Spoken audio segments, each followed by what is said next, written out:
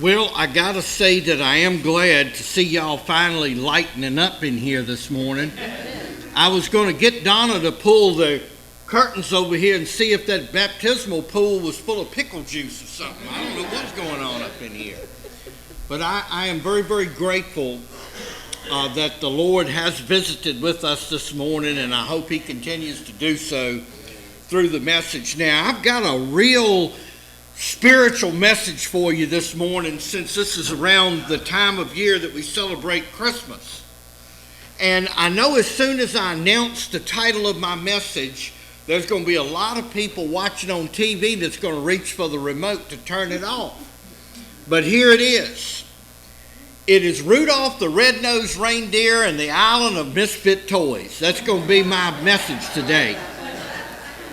And well, let me ask you this. Have you ever felt like a misfit? Let me tell you something. I walked in the bathroom a little while ago, and I hadn't paid no attention to my head this morning, and I got an Ace Ventura haircut. So I know what feeling like a misfit is. I'm going to try to fix that when I get out of here this evening, or put a hat on or something, But, maybe you do feel like a misfit. Maybe you feel abandoned. You feel like that nobody cared enough to stick around and care for you, and you kind of feel just abandoned right now. Maybe you felt unloved most of your life, and maybe you felt like you were unloved because you didn't measure up to what somebody expected you to be in order for them to love you. That's why you ought to get a dog. Yeah, that's true. I would say cats love unconditionally, but we'll talk about that later.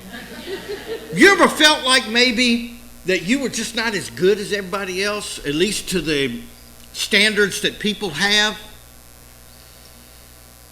Have you ever felt like nothing ever worked out for you? Boy, it's getting real quiet in here again. Maybe you're one that never quite fits in with other people's ideas of the way you ought to be in order for them to hang around you. Believe it or not, that's a big problem in churches today too. There are a lot of people that go in churches and they come out feeling like a misfit because everybody had their nose up in the air. And they didn't want your kind, whatever that is, in their church. Well, let me say this. If that ever happens, that's not a church. That's a social club. That's not a church, because everybody ought to be welcome. But if you have felt like that in all of the categories that I have mentioned, maybe you are a misfit. I can tell you that I have kind of felt that way most of my life. When I was young, my mother told me that all of my friends were crazy that I hung around with. And then, not long before she died, she said, "Son, really nothing's ever changed. All your friends are still crazy." And a neighboring pastor of another church told me, he said, "Dave, I know you don't want to hear this, brother, but you are a nut magnet." So that's all right. That's what God has for me. Now, not that if you're my friend, that doesn't necessarily mean you're crazy, but most of you are.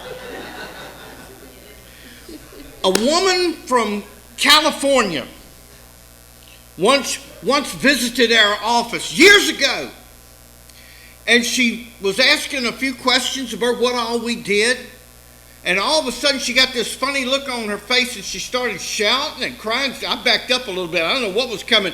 And she said, "The Lord has shown me that this ministry would always be for those that nobody else wants."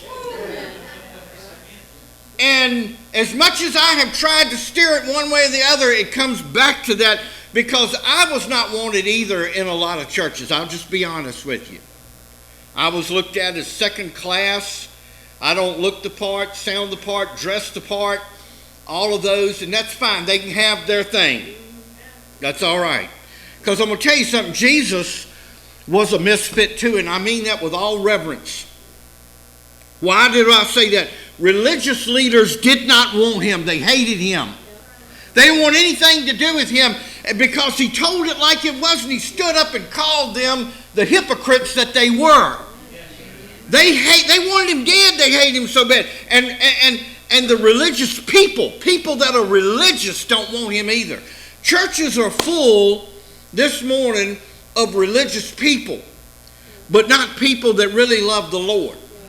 It wouldn't matter what kind of religion it was, they'd still be religious. You know who Jesus fit in the best with? The roughest people in the world. There wasn't nothing more crude, vulgar, or rough than a fisherman back then. That's who he flocked to. If he came to town, he'd be eating breakfast at the Waffle House and lunch at the tea room, because I love to do that too. That's where you'd find him. He hung out with tax collectors. They were the most hated people in the world, and ain't nothing changed in 2,000 years. He had a special place for the unwanted. Let me give you an example. In Luke chapter 16 and verse 19, it said there was a certain rich man who was clothed in purple and fine linen and fared sumptuously every day. And there was a certain beggar named Lazarus, which was laid at his gate full of sores, and desired to be fed with the crumbs from the rich man's table. Moreover, the dogs came and licked his sores. That's all he got out of life. Never had anything. He was sick. He was miserable. He was a beggar. And it came to pass that the beggar died and was carried by the angels into Abraham's bosom. The rich man also died and was buried, and in hell he lifted up his eyes, being in torments, and seeing Abraham afar off, and Lazarus in his bosom, and he cried and said, Father Abraham, have mercy on me, and send Lazarus that he may dip the tip of his finger in water and cool my tongue, for I am tormented in this flame. But Abraham said, Son, remember that you in your lifetime received your good things, and likewise Lazarus evil things, but now he is comforted and you are tormented.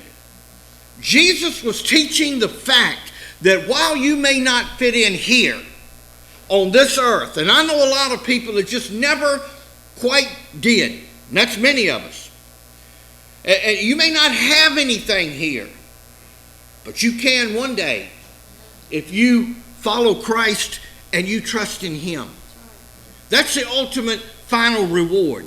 Here was Lazarus, a misfit, but God took him to be with him, and then he was comforted forever after that. Want to warn you something. If you like to work with misfits, maybe you're not one. If you're not, you hide it well. But if you're not one, but you want to help misfits and you want to work with misfits, you're going to get your hands dirty. You're going to get your hands dirty. And Jesus knew that. I'll tell you what I mean by that. Here's one example.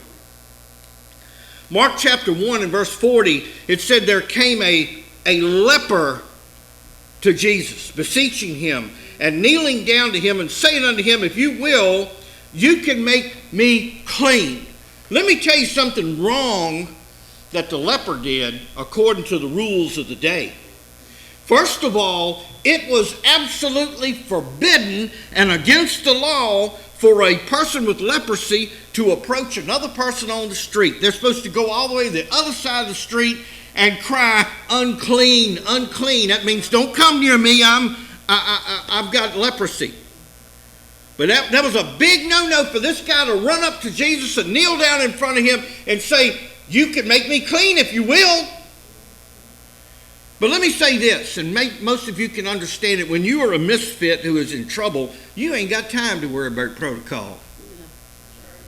You ain't got time to worry about nothing.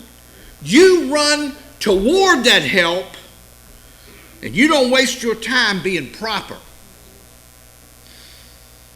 That misfit leper came running to Jesus. I remember one time I was about 20 years ago, I was in a recording studio that was totally soundproof. And we were in there recording some radio shows, me and Bill Martin, until after 11 o'clock. And I never heard the horrible storm that hit Central Virginia and dumped about 2 inches of rain, because we had headphones on, we were in a soundproof room. And when I go back out that night, everything had cleared up. So I'm driving home down Isaac Walton Road going home, and This was before they fixed those awful bridges down at the bottom of the hill. And the whole thing was underwater. Well, when I drove up, I had a little old Toyota station wagon back then. And I said, well, it couldn't be that much. I don't remember seeing no rain. So I drove, and all of a sudden the water overtook my car. Started lifting it up. And I was in danger of getting washed down the stream. And I didn't have time to properly address the Lord and beseech him and give him all the titles. I just hollered, God, you got to help me right now. And he did. I was able to actually get the thing started again, and I slammed it in reverse so far it paddled me back up onto the bank, so to speak. But when you're in trouble, you ain't got time to go through all the protocol and all of that. And so Jesus here, when that leper came to him, breaking all the rules, this poor misfit that was going to die eventually, or so he thought. Jesus, looking at him, moved with compassion, put forth his hand and touched him, and said unto him, I will, be thou clean. Now here we find Jesus was moved with compassion for this poor misfit leper, and he knows his sickness, he knows his loneliness, he knows his pain, and now Jesus is going to break the rules too. That's one thing I like about him too. He didn't care what people thought he ought to do. He did what was necessary. He puts his hands on this man. You know what? That can get you killed if a person has leprosy and you touch him. But he was the Son of God, God the Son, the great physician himself, right there in the flesh. And he puts his hands on him, and he spoke to him, and he touched him, and he cleansed him, and he made the misfit whole again. And it took a risk.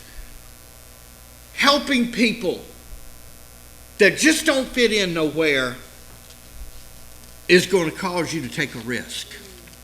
Yes, it will. Now, we find in John chapter 8 where Jesus, he helped misfits that other people wanted to kill. Y'all ever met anybody that needed killing before? Me and Jordan were going over a list of them back there this morning during Sunday school. I said, I'll shoot him, and he said, oh, I want the personal touch. Let me at him. We were having a good time with the list. But that's the truth. There are some people that everybody just wants to, just rather that they died.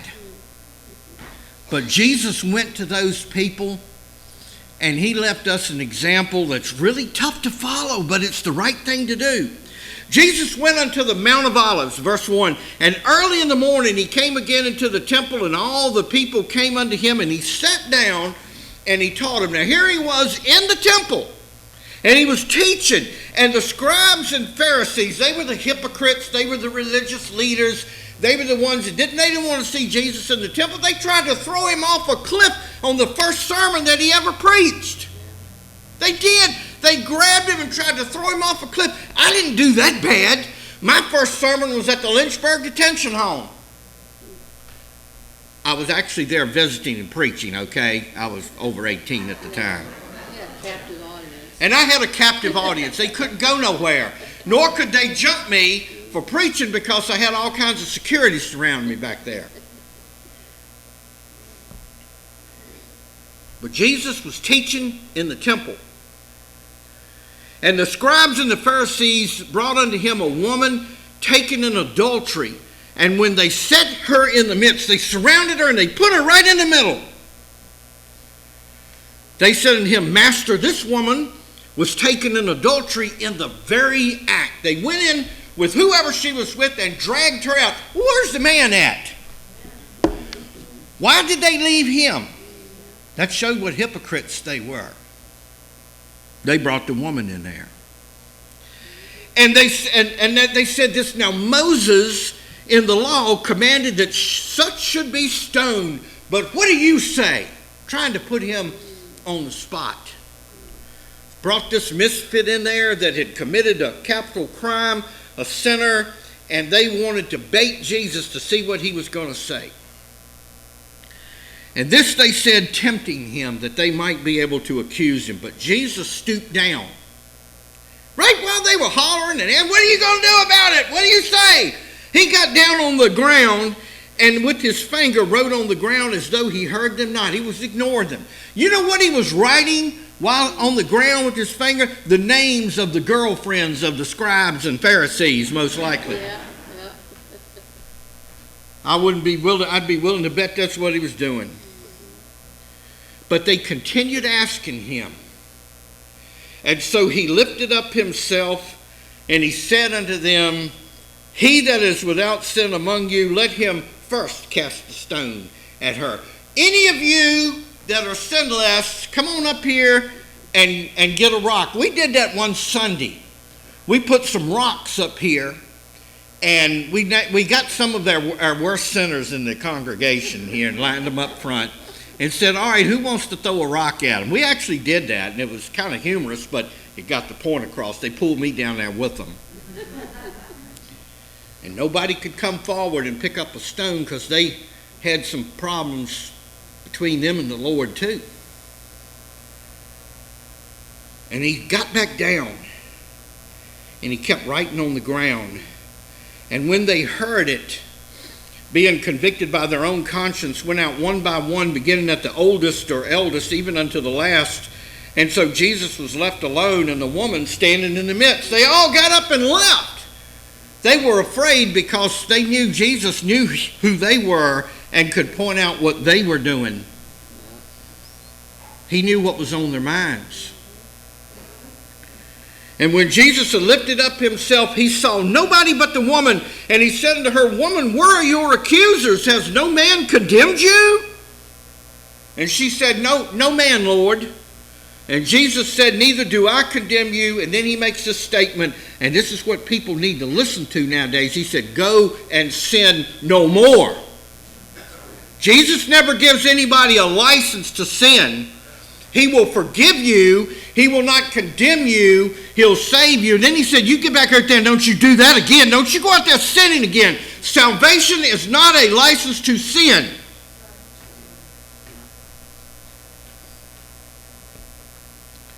Jesus was dealing with one of the biggest misfits of all. A person who was immoral and had committed a capital offense, which was adultery. But here Jesus stuck his neck out for one that nobody wanted to have anything to do with except stone her to death. We need to remember that. When her accusers surrounded her, she had nobody to care, no one to come to her defense. And Jesus told her in love, I do not condemn you. Go and sin no more. And he saved this misfit's life and changed it forever. Now let's go to the island of misfit toys. I watch that show probably about once a year.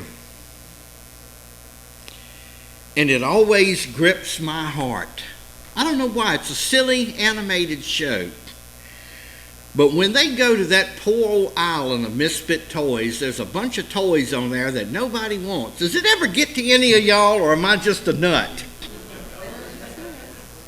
And every time that poor little rag doll says, I don't even think I can dream anymore, that makes me want to cry. It really does. I ain't kidding you. I've always had a soft spot for people that have been cast down. I always have. And it's what God has given me all my life.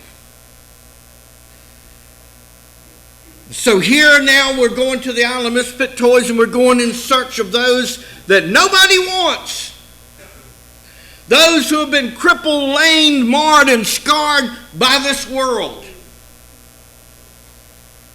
Let me say this, if you can't come to the house of God and find somebody that cares about you and will pray with you and will help lift you up, where in the world can you go?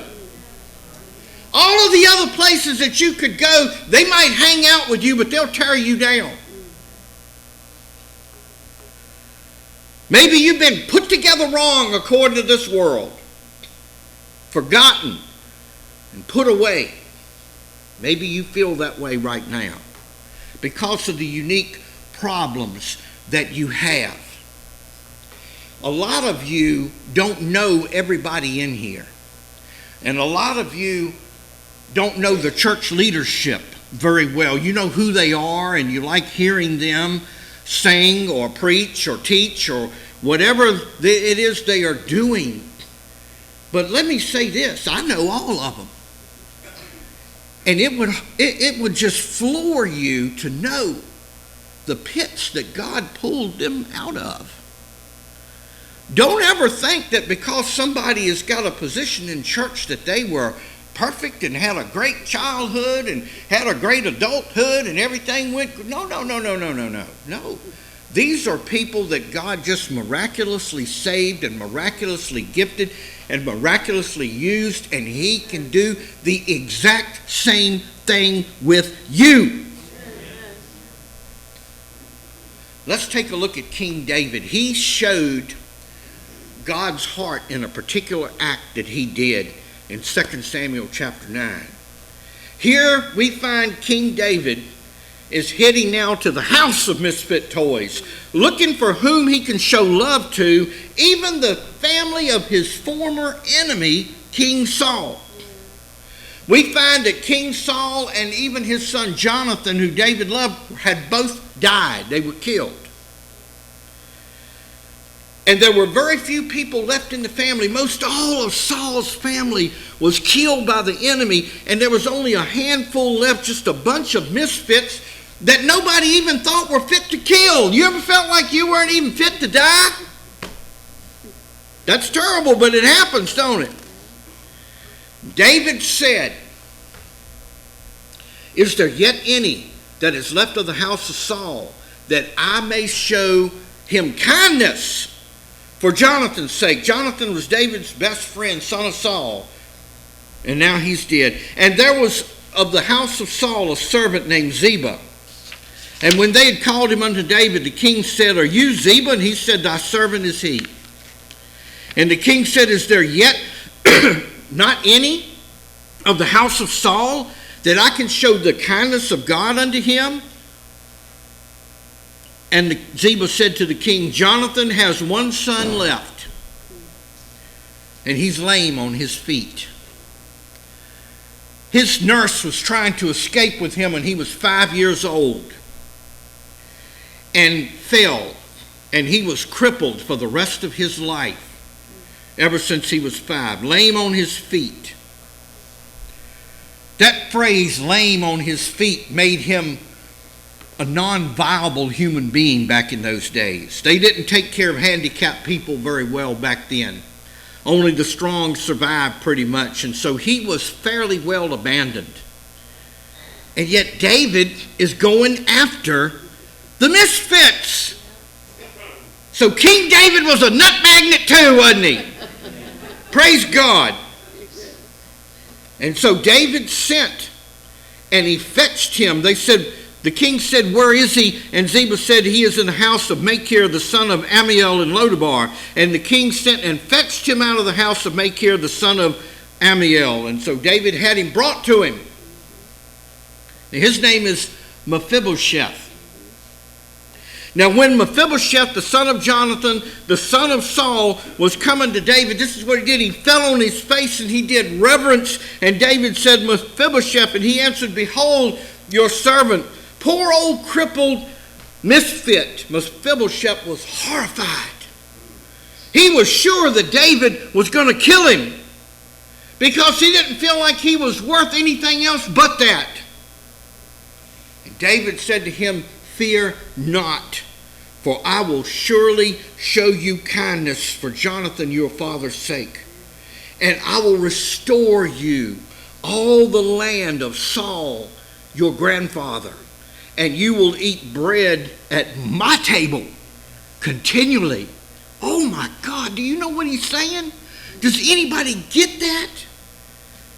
Oh, wow. I want you to eat at the king's table. I want you to fellowship with the king. I want you to eat the king's food. I want you to dwell in my presence. And he bowed himself and he said, what is your servant that you would look upon such a dead dog as I am? That's how he felt. No more than a dead dog. Mephibosheth knew he was worthy of nothing. And he even told the king, what do you want with a dead dog? The mercy of God. Oh my goodness, if you could just fathom the mercy of God this morning. The king called to Ziba, Saul's servant, and he said unto him, I have given unto your master's son all that pertained to Saul and to all his house. He made that poor, crippled, misfit beggar an instant rich man in a moment of time. He would never have to do without. Not only did he show mercy, but he showed grace. He showed grace, and he gave him the inheritance of all that pertained to King Saul, and David could have taken it for himself like all the other kings did, but instead he gave it to a lame, crippled misfit. Boy, that's what you call the Christmas spirit. Amen. The grace of God. Don't ever think for 1 minute that any of you in here, me included and Donna included, are sitting in here this morning by any merit of our own or anything we've done. You are only alive, and I am only alive by the grace of God.